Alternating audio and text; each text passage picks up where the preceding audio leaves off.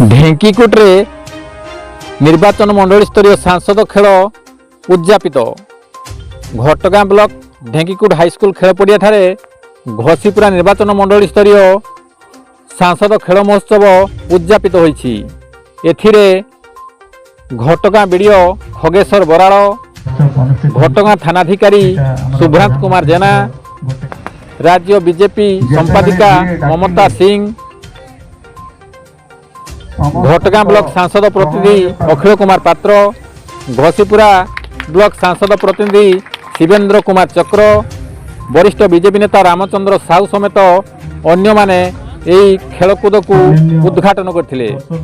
एथिरे kho kho, कबाडी, भलीबॉल, लंबडिया, उच्चडिया, cricket, football आदि खेल प्रतियोगिता अनुष्ठित होइथिला। एथिरे भल प्रदर्शन करिथिबा युवक युवती मानकु जिला स्तरीय सांसद खेल महोत्सव को मनोनीत कराइछि।